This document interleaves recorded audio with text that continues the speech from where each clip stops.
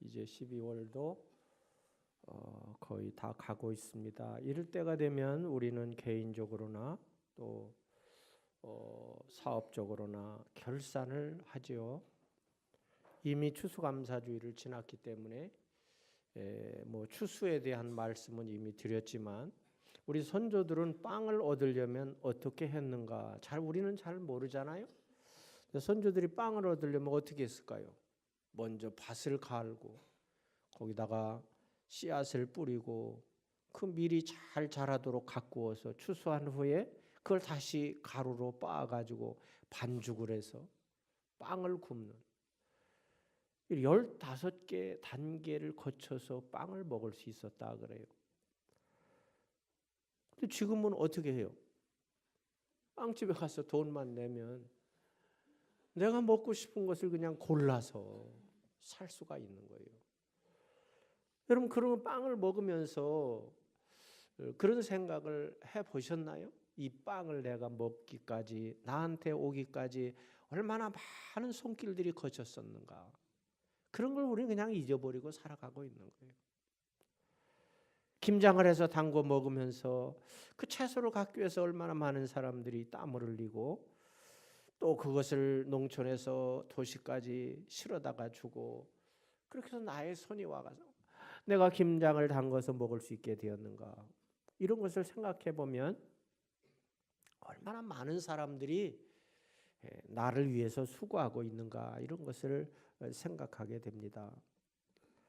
지난 1년을 돌아보면 힘든 일도 있었고 좋은 일도 있었고 많은 일들이 있었잖아요. 이런 일들이 다 뭐냐 하면 우리의 믿음의 하나의 결실을 맺어가는 하나의 과정이었다고 하는 거예요. 농사를 짓는 분들도 때로는 비가 너무 많이 와가지고 고생하기도 하고 또 비가 너무 안 와서 고생하기도 하고 여러 가지 환경을 겪으면서 이제 추수를 하게 되는 것처럼 우리들의 삶 속에서도 그런 어려움과 고통이 따른다고 하는 거예요.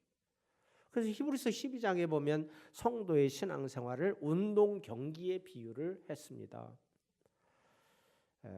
우린 운동 경기를 하게 되면 항상 두 패로 나누게 되잖아요. 공격을 하게 되면 상대방이 방어를 해야 되고 그러다가 보면 서로 부딪히게 되고 그래서 어떤 경우에는 막 부상도 당해서 벤치로 밀려나기도 하고 또 심하면 앰뷸런스에 실려서 나가기도 하고 이런 것들을 우리가 보잖아요. 자, 그런데 운동 경기를 열심히 하다가 부상을 당하는 것은 어때요? 그건 영광스러운 거예요. 올림픽에 나가서 만약에 우리나라 대표 선수가 그랬다 그러면 국가를 위해서 열심히 뛰다가 부상을 당한 거니까 영광스러운 거예요. 또 자기 팀을 위해서 열심히 운동을 하다가 다쳤다.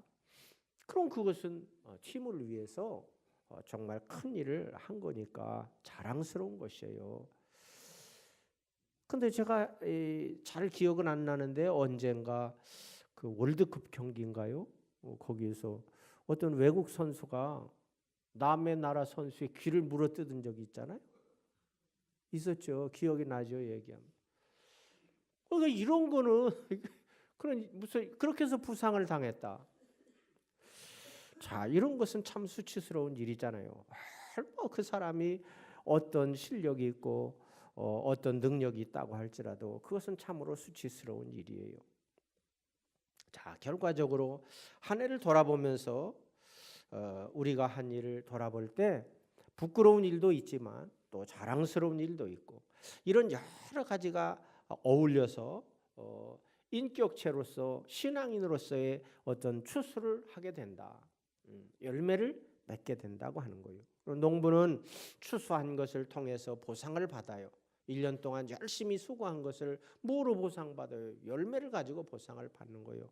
학생은 상급 학교에 진학하거나 혹은 좋은 직장에 취직하거나 이런 것을 통해서 보상을 받아요. 사업하는 분들은 어때요? 사업하는 분들은 얼마나 이익을 남겼는가? 얼마나 많은 거래처들을 늘렸는가? 뭐 이런 걸 통해서 이제 보상을 받게 될 거 아니에요. 직장인들도 마찬가지잖아요. 직장에서 어떤 평가를 받느냐. 그래서 뭐 어떤 경우에는 휴가를 주기도 하고 어떤 경우에는 보너스를 받기도 하고 이런 것을 통해서 보상을 받게 되는 것입니다. 그러면 성도들은 무엇으로 보상을 받는가? 여러분도 1년 동안 열심히 했는데 뭐 상을 받아야 되잖아요. 어때요? 상 필요 없어요? 상을 받아야죠. 이담에 받든 여기서 받든 상을 받아야 되잖아요. 예, 오늘은 바로 그걸 말씀하려고 하는 거예요. 하나님의 자녀된 여러분들에게 받을 상급이 있다고 하는 거예요. 물론 상급을 위해서 우리가 살아가는 건 아니지만 그런 상급이 있다는 거예요. 그래서 그 첫 번째가 뭐냐 그러면 천국을 상급으로 주신다 그랬어요. 오늘 5절 말씀에 하나님의 나라다 이런 말씀이 나와요. 하나님의 나라. 하나님의 나라는 어떤 나라요? 하나님의 뜻대로 완벽하게 이루어진 나라를 말해요. 다시 말하면 천국을 의미할 것입니다. 요한계시록에 보면 천국은 어떤 곳이라 그랬습니까? 황금길 12가지 보석으로 지은 집이 있다 그랬어요. 이거는 인간의 언어로 표현하려고 하다 보니까 이렇게 표현을 한 거예요. 사실은 이것보다 비교할 수 없이 더 좋은 나라예요. 인간의 언어로는 도저히 표현할 수 없는 그런 곳이에요. 그러니까 다른 말로 하면 뭐냐? 하나님의 나라는 말씀대로 이루어진 나라예요. 말씀대로 이루어진 나라. 창세기에 보면 땅이 혼돈하고 공허하고 흑암이 깊음 위에 있었다. 그러니까 이 세상을 창조하기 전의 상황을 이렇게 말하고 있습니다. 그런데 하나님의 말씀이 임하자 세상이 질서가 잡히게 되고 공허하던 세상이 아름답게 되고 흑암이 깊음 위에 있던 이 세상이 밝은 빛을 환하게 비치는 이런 세상으로 바뀌게 되었다고 하는 거예요. 이렇게 완벽한 세상을 인간의 죄로 말미암아 더럽고 추한 곳으로 만들게 되었어요. 하나님은 이런 세상에서 우리를 구원하여 천국으로 인도해 주신다고 하는 거예요. 그러면 천국은 누가 갈 수 있을 것 같아요? 천국은 누가 갈 수 있어요? 예? 여러분 주위에서 이렇게 대화를 하다 보면 우리 예수님을 믿는 여러분들조차도 그렇게 말하는 분들이 더러 있어요. 천국은 누가 가느냐? 선하고 의로운 사람이 간다고 생각을 해요. 예? 지옥은 어떤 사람이 가요? 악하고 불의한 사람이 간다. 그렇게 생각해요. 그런데 이것은 이교적인 생각이에요. 우리가 기존에 어떤 다른 종교의 문화 속에 살다가 기독교가 들어왔기 때문에 이런 배경 속에서 이해를 하기 때문에 그래요. 선을 쌓으면 천국에 갈 수 있다고 말하는 종교가 있잖아요. 그것이 아니에요. 여러분 예를 들어보겠습니다. 여러분이 직장에서 사업장에서 하루 종일 일하고 퇴근을 하면 어디로 가요? 집으로 가요? 네, 집으로 가요. 뭐 술집으로 간 사람도 있고 뭐 있어요. 그러나 결국은 그 사람이 어디로 가냐? 집으로 간다면 집으로 가요. 그러면 교도소에 있던 사람이 자기 형기를 마치게 되면 그 사람은 어디로 가요? 집으로 돌아오죠. 또 자녀가 만약에 사고를 쳤다. 사고를 친 자녀라고 할지라도 집으로 돌아가요. 왜 그런 거예요? 그 집은 아버지가 계신 곳이고 나의 집이기 때문에 가는 거예요. 천국도 마찬가지예요. 착한 사람이 가는 곳이 아니라 물론 착해야 되죠, 우리는. 그러나 착한 사람이 가는 곳이 아니라 하나님의 자녀가 가는 곳이에요. 아버지가 계신 곳이기 때문에 우리가 가는 거. 하나님 앞에 하나님께 속한 사람이 가는 곳이에요. 우리 주위에 착한 사람이 있어요. 그러면 우리가 가서 칭찬해주고 격려해주고 더 힘을 내서 살라고 이렇게 말하지만 아무 착한 사람으로 해서 그 사람을 우리 집으로 데려와 가지고 같이 살진 않잖아요. 그러니까 아무리 허랑방탕한 자식이라도 내 자식은 내 집에 들이는 거예요. 마찬가지로 하나님을 아버지로 부르는 여러분들이 가야 될 곳이 바로 천국이 하나님의 나라라고 하는 거예요. 그렇기 때문에 우리는 예수 그리스도를 바로 믿으려고 생각하고 또 그렇게 살아가는 것이에요. 그런데 문제는 그 나라에 갈 때 어려움이 있다고 하는 거예요. 5절에 보면 그 나라를 위하여 너희가 또한 고난을 받느니라 그랬어요. 천국에 들어가려면 많은 고난을 통과해야 된다고 하는 거예요. 자, 여러분 보세요. 예수님도 이 땅에 오셔가지고 엄청난 고난을 당하셨잖아요. 바울도 그 고난을 당했습니다. 동역자인 실라와 디모데도 당했어요. 앞서간 모든 믿음의 선배들도 다 당했다고 하는 거예요. 그러니까 어떻게 보면 성도들에게 있어서 이 고난은 천국에 이르는, 천국에 가는 마땅히 넘어야 될 산이다 하는 것을 알게 돼. 이것을 피해서 갈 수 있는 방법은 없다고 하는 거예요. 그런데 여러분, 이것을 피해서 갈 수 있다고 말하는 사람들이 있어요. 그 사람들이 누구예요? 이단들이에요. 이단들. 그러니까 많은 사람들이 거기에 미혹되는 거예요. 안타까운 일이에요. 십자가가 빠진 구원은 이단의 사탕 발림에 불과한 것이에요. 어둠이 있어 빛이 필요하고, 거짓이 있어 진실이 필요합니다. 패배가 있어 승리가 있고, 추한 것이 있어 아름다움이 있어요. 질병이 있어 건강이 있고, 가난한 사람이 있어 부자가 있어요. 그러므로 고난 뒤에는 진정한 평안이 있고 행복이 있다고 하는 거예요. 그런데 성도가 받을 고난은 죄로 인해서 받는 것이 아니라 하나님의 나라를 위해서 받는 것이에요. 아까 운동장에서 뛰는 선수에 대한 말을 했는데, 선수가 열심히 자기 맡은 포지션에서 열심히 운동을 하다가 부상을 당하는 것은 영광이에요. 근데 거기서 엉뚱하게 상대방 선수의 귀를 물어뜯고 막 옐로 카드를 받고 그렇게 한다 그러면 그건 수치스러운 일이잖아요. 부끄러운 일이에요. 여러분 마찬가지잖아요. 운동선수가 아무리 실력이 있어도요, 음주운전하다가 사고를 내가지고 엄청난 사고를 냈다 그래 보세요. 그거는 영광스러운 일이 아니잖아요. 탤런트나 배우가 음주운전을 하다가 걸려가지고 뭐 뉴스에 나오는 경우도 많이 있잖아요. 그것은 부끄러운 일이잖아요. 이와 같이 성도가 죄 때문에 고난을 받는다면 부끄러운 일이에요. 그러나 예수님을 위해서 받는 고난은 참으로 귀한 것이고, 여러분이 복음 전하다가 어려움을 당하고 내가 하나님의 말씀대로 열심히 살려고 하다가 고난을 받는 것은 하나님 앞에서 칭찬받고 상급받을 근거가 되어진다고 하는 거예요. 그러니까 신앙생활을 어떻게 해야 돼요? 쉽게 해야 돼요? 편하게 해야 돼요? 눈치가 그런 것 같아요. 사도행전 14장에 보면 우리가 하나님의 나라에 들어가려면 많은 환난을 겪어야 할 것이라 그랬어요. 그럼 그 이유는 차라리 방해꾼이 있기 때문에 그래요. 사탄이 우리를 시기하고 그렇기 때문에 우리의 가는 길에 자꾸 장애물을 갖다 놔요. 방해를 한단 말이에요. 그러나 이런 것과 싸워서 이기지 않으면 우리의 길을 갈 수가 없다 하는 거예요. 그래서 뛰어난 선수나 예술가, 여러 부분에서 성공한 사람들을 보세요. 다 고난을 통과하잖아요.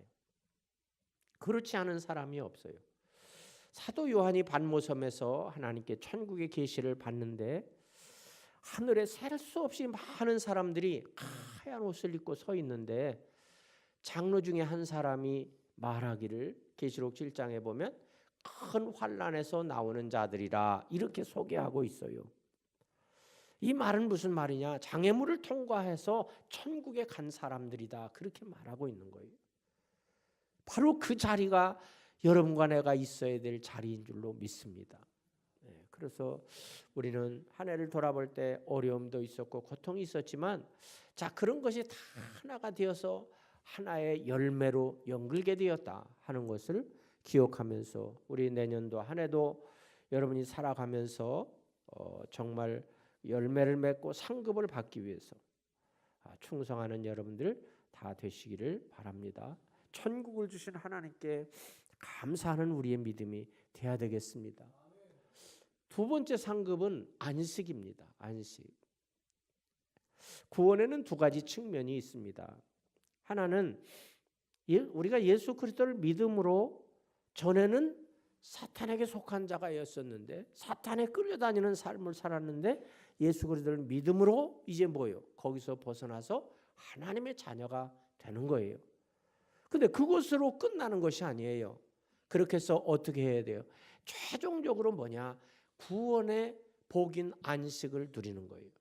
자, 이스라엘 민족을 예를 들어보면 이스라엘 백성들이 출애굽을 할 때 죄와 세상을 상징하는 애굽에서 구원을 받게 되잖아요. 기적적으로 구원을 받게 되잖아요. 그것이 구원의 끝이 아니란 말이에요. 그건 하나의 시작이었잖아요. 그래서 그들이 광야를 거쳐서 어디로 가야 돼요? 가나안 땅으로 가야 돼요. 거기까지 가서 하나님께 예배드리고 영광을 돌리는 삶을 사는 것이 목적이었단 말이에요. 그러니까 가나안까지 가는 것이 구원의 완성이라고 하는 거예요. 그런데 어떻게 했어요? 이들이 광야를 거쳐서 가나안 땅에 가다가 조금 힘든 일이 있다고 그래가지고 원망하고 불평하고 그러다가 결국은 뭐예요? 가나안 땅에 들어가지 못했잖아요. 많은 사람들이 들어가지 못했잖아요. 구원이라고 하는 것은 거기서 끝나면 안 된다. 안식의 자리인 천국까지 가야 우리의 구원이 완성되는 것이라 하는 것이에요. 여러분, 이 세상은 아무리 좋아도 종착역이 아니라 그랬죠. 이 세상은 경유하는 경유지라 그랬어요. 우리가 가야 될 목적지가 따로 있어요. 이것이 천국에서의 안식을 누리는 거예요. 하나님께서 여러분에게 주실 놀라운 상급이 뭐냐? 안식이에요. 안식. 사실 여러분들이 열심히 직장 가서 일하고 사업장 가서 일하고 또 학생은 학교에서 공부하고 그러는 모든 것이 결론에 딱 이르게 되면 뭐예요? 안식을 위한 것이에요. 사실은 그렇잖아요. 천국에서의 안식을 말하는 것이 아니라 이 세상에서 그냥 평화를 누리고 행복을 누리고 그렇게 살아가는 것이잖아요. 안식이라고 하는 원어의 뜻은 활을 쏘기 위해서 팽팽하게 이렇게 당겼던 활을 줄을 원래 상태로 느슨하게 풀어놓는다. 뭐 그런 의미예요. 그러니까 역경에서 해방된다. 수고를 그치고 쉰다. 이런 뜻이에요. 그러니까 하루 종일 직장에서 사업장에서 경쟁 속에 스트레스를 받다가 퇴근해서 집에 돌아오게 되면 어때요? 돌아오게 되면 모든 것을 다 풀어놓는 거잖아요. 예, 그러니까 서로 부부간에 서로 충돌이 있고 또 부모와 자식 간에도 충돌이 있는 것은 다 내려놓다 보니까 자유하다가 보니까 서로 충돌이 생길 수도 있어요. 그러나 이 가정에서 뭐 아무리 치열한 경쟁 속에 살아도 가정에서까지 경쟁의 대상이 되는 것은 아니잖아요. 거기서 정말 평화를 누리고 안식을 누리고 그래서 그 힘을 가지고 또 내일 다시 경쟁의 장소로 가는 거예요. 그것이 바로 가정이잖아요. 마찬가지예요. 여러분들이 환난과 고난을 당하며 살지만 그거는 헛된 것이 아니에요. 참된 안식과 평안을 얻기 위한 하나의 과정이라고 하는 거예요. 그 과정을 거쳐야 된다고 하는 거예요. 여러분, 하나님이 세상을 창조하실 때 사람을 몇째 날에 지으셨나요? 6째 날에 지으셨어요. 그리고요 7째 날에 뭘 맞았어요? 안식일을 맞았잖아요. 안식일을 맞았어. 그게 뭐예요? 사람은 하나님을 예배하고 영과 육이 안식을 누리고 난 후에 무슨 일을 시작해야 된다고 하는 것을 가르치는 거예요. 물론 그것이 지금은 주일로 바뀌었어요. 주일은 한 주간을 시작하는 첫날이라 그랬잖아요. 그러니까 안식일의 의미나 주일의 의미나 마찬가지예요. 사람이 태어나서 창조되어서 제일 먼저 안식일을 지키고 시작한 거나 주일을 통해서 예배를 드리고 시작한 거나 결국 같은 거예요. 그러니까 안식을 누리는 장소가 이 땅에서는 어디예요? 안식을 누리는 장소가 이 땅에서는 가정이요? 교회예요. 여러분이 주일날 나와서 예배를 드리는 것을 육신의 일로 생각하면 안 돼요. 육신의 일이 아니에요. 우리는 여기서 안식을 누리는 거예요. 그래서 그 힘을 가지고 세상에 나가서 한 주간을 열심히 살아가는 거예요. 자, 그러니까 안식할 곳은 가정인 것처럼 결국 천국에 가서도 아버지와 함께하는 가정, 거기서 우리는 안식을 누리게 된다 하는 것이에요. 그러니까 이 안식은요, 우리 삶의 바탕이에요. 여기서부터 시작이 돼야 되는 거예요. 여러분 생각해 보세요. 돈이 많아요. 근데 집에 가면 평화가 없어. 안식이 없어. 그럼 어떻게 되겠어요? 권세가 높아요. 근데 집에 가면 안식이 없어요. 평안이 없어요. 그럼 무슨 의미가 있어요? 재주가 많아요. 능력도 많아요. 그런데 가정에 가면 안식이 없어요. 무슨 소용이 있어요? 가정이 평안이 있고 안식이 있어야 가지고 있는 돈도 의미가 있고 권세도 의미가 있고 가지고 있는 재주도 의미가 있는 것이에요. 그래서 예수님께서도 수고하고 무거운 짐진 자들아 다 내게로 오라. 내가 너희를 쉬게 하리라. 평안의 주인, 안식의 주인으로 예수님이 오셨다 하는 것이죠. 그래서 시편에 보면 여호와께서 사랑하는 자에게 잠을 주신다 그랬어요. 잠을 잘 수 있는 것은요, 참 복 중에 복입니다. 여러분은 지금 어때요? 잠 잘 자죠? 연세 많으신 분들은 어때요? 네? 잠 잘 오셔요? 네. 나이가 들수록 잠자기가 어려워져요. 근데 이제 뭐 젊으신 분들이나 그런 분들은 뭐 이렇게 목사님들도 얘기해 보면 뒤에 뭘 갖다 대기만 해도 잔다 그런 말을 하는 분들이 있어. 그건 참 복이에요. 이렇게 선교지에 이렇게 다니다 보면요, 참 부러운 사람이 누구냐? 비행기를 타면 자요. 내릴 때 깨요. 그 사람은 뭐 중간에 뭐 식사 같은 거 그런 거 다 필요 없어. 그냥 잠만 자. 그 얼마나 그게 참 복 중에 복이다 그런 생각을 해요. 근데 비행기만 타면 정신이 말짱말짱해져요. 나는. 그래요. 자, 그 비행기 타서 그 시간에 뭘 하겠어요? 그 시간에 물론 뉴스도 볼 수 있고 다 할 수 있고 영화도 볼 수 있고 다 할 수 있어요. 그 무슨 의미가 있어요? 잠을 잘 수 있다고 하는 것이 복 중에 복이에요. 아무리 고통스러운 일이 있어도요, 잠을 잘 때는 다 잊을 수가 있잖아요. 이게 하나님의 은혜잖아요. 피곤도 걱정도 불안도 모두 잠 속에 묻을 수 있잖아요.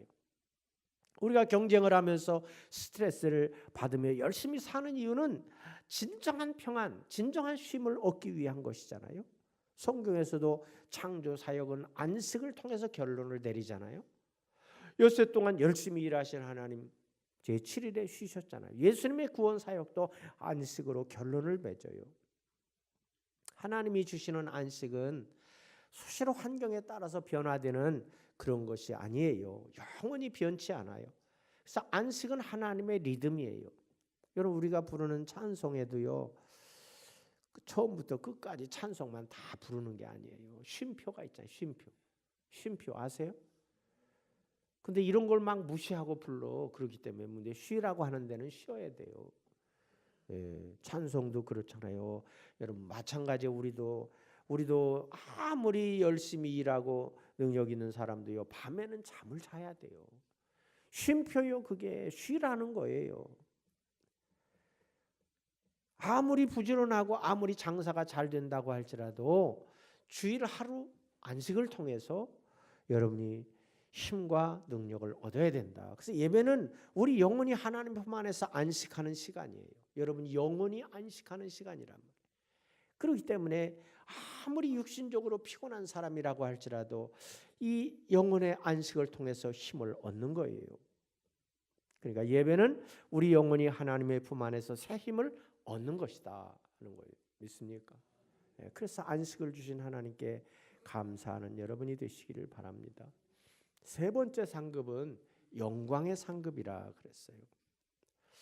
히브리서에 보면 예수님을 말할 때 영광과 존귀로 관을 씌우신 분이다 그렇게 소개를 하고 있어요. 영광이라고 하는 것은 이건 함부로 쓰는 말이 아니에요. 사실은 우리 보통 뭐 했을 때 아이고 영광입니다 그렇게 말하잖아요. 사실은 이 영광은 하나님께 속한 속성이에요.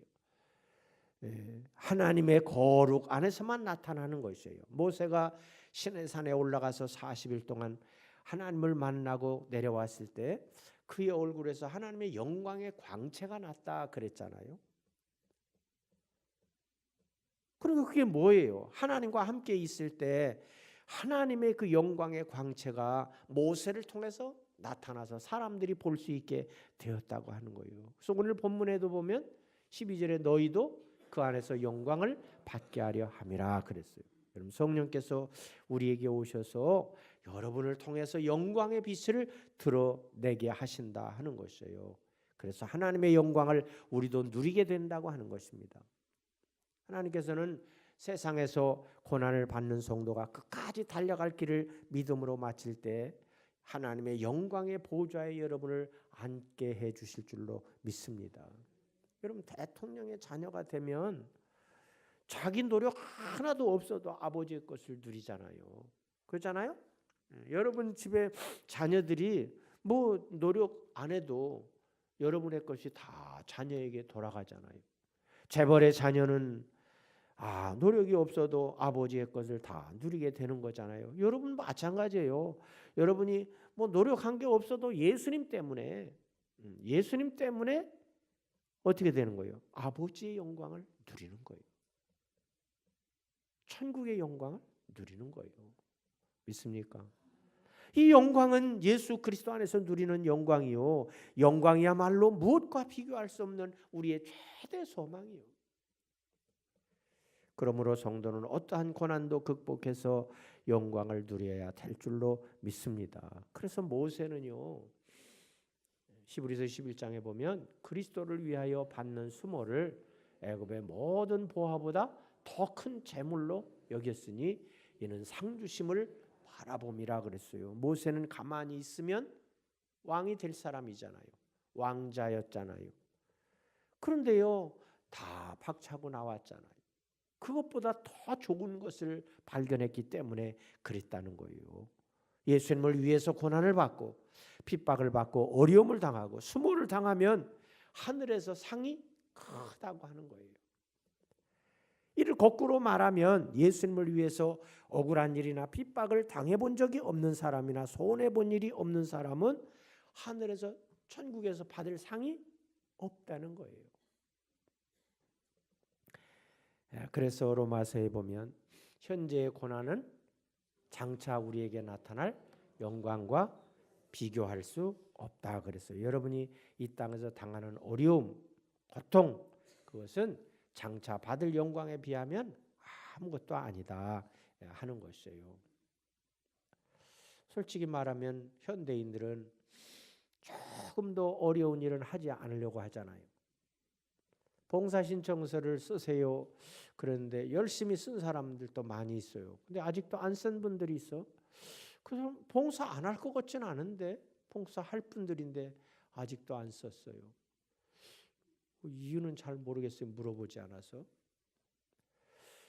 참 그 중에 보면 힘든 일을 했습니다. 이렇게 신청한 분들이 있어요. 다른 사람들이 그런 관심을 갖지 않는 그런 아주 후미진 곳에서 일하는 그런 곳에 내가 가겠습니다. 그렇게 쓴 분들이 있어요. 참 감사해요.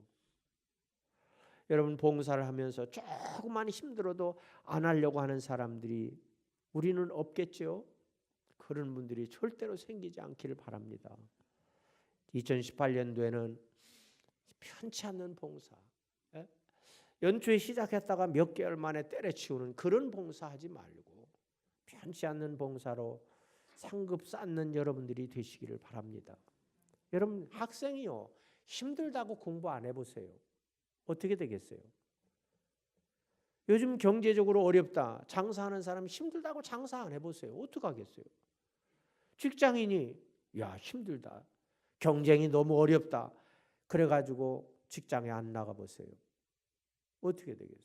운동선수가 힘들다고 운동 안 해보세요. 어떤 때는 뭐 국가대표 선수가 막 태릉 선수촌에서 이렇게 이탈이라고 그러나? 거기서 막 뛰쳐나온 선수도 있잖아요. 너무 힘들다고. 그럼 그 사람은 국가대표가 될 수 없는 것이에요. 여러분 사람은 말할 것도 없고요. 여러분이 집에서 먹는 풍성한 과일 하나도요, 그 상품이 되기까지요, 그냥 되어진 것이 아닙니다.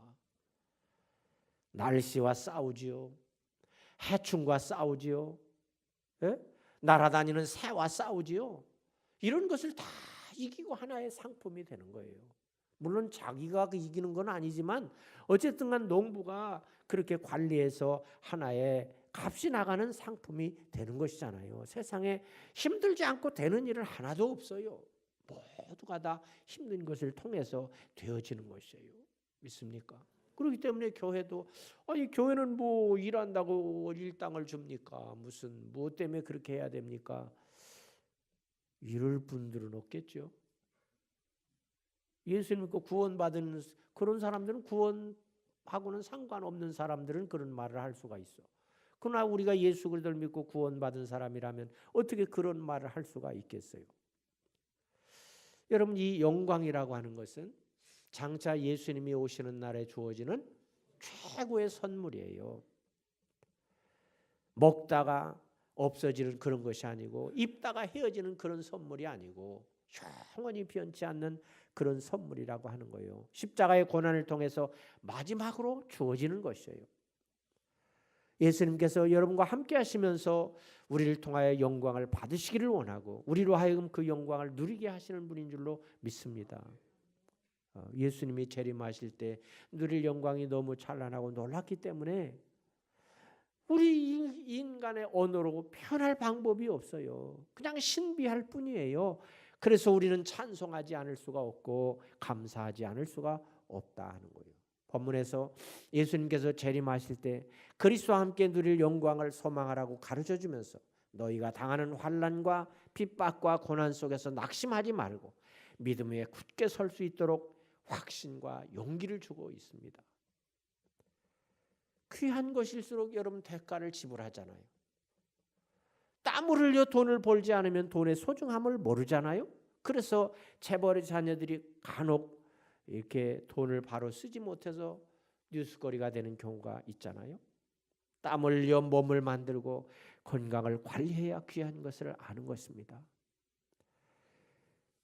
영광을 주신 하나님께 감사하는 그런 여러분들이 되시기를 바랍니다. 그래서 지난 1년 동안 힘들고 어려웠어. 생각하고 싶지 않은 힘들고 어려운 일이 있어. 그래서 목사님 내년도에는 좀 쉬겠습니다. 그러지 말고 어떻게 그럽니까?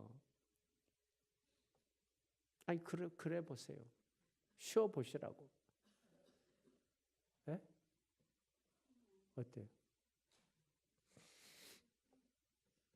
여러분을 위해서 그런 얘기를 하는 거지 뭐 나를 위해서 하는 게 아니에요.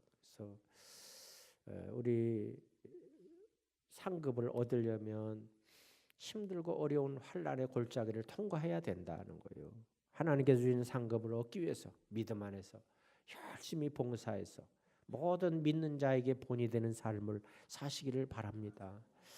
하나님께서 기뻐하시는 일을 감당하시는 여러분이 되시기를 바랍니다. 그래서 매년 내 봉사가 성장돼야지 자꾸 줄이려고 하면 되겠어요? 물론 사람이기 때문에 처음에는 의무감으로 할 수 있어요. 그러나 나중에는 봉사하는 것이 즐겁고 행복한 단계로 자꾸 성장하는 거예요. 성장한다고 해서 일을 많이 맡으라는 얘기가 아니에요. 그렇잖아요. 뭐 임명을 하니까 억지로 할 수 있단 말이에요. 사람이기 때문에 어쩔 수 없어요. 그러나 해가 가면서 봉사라는 게 이런 것이구나. 기쁨이 있구나. 그런 것을 느낄 때 여러분의 믿음이 성장하는 거예요. 그래서 자발적으로 하는 거예요. 성도가 성도다워야 되고 교회가 교회다워야 돼요. 그래야 하나님이 기뻐하셔요. 우리의 주어진 놀라운 복의 여건들을 빼앗기지 아니하고 잘 지키고 풍성하게 가꾸어 나가시는 그런 여러분들이 되시기를 바랍니다. 그래서 2018년을 맞으면서 정말 새롭게 다짐하는 그런 여러분이 되어서 또 새로운 한 해를 위해서 열심을 다하는 여러분 모두가 되어 상급 쌓는 여러분들이 다 되시기를 축원합니다. 기도하겠습니다.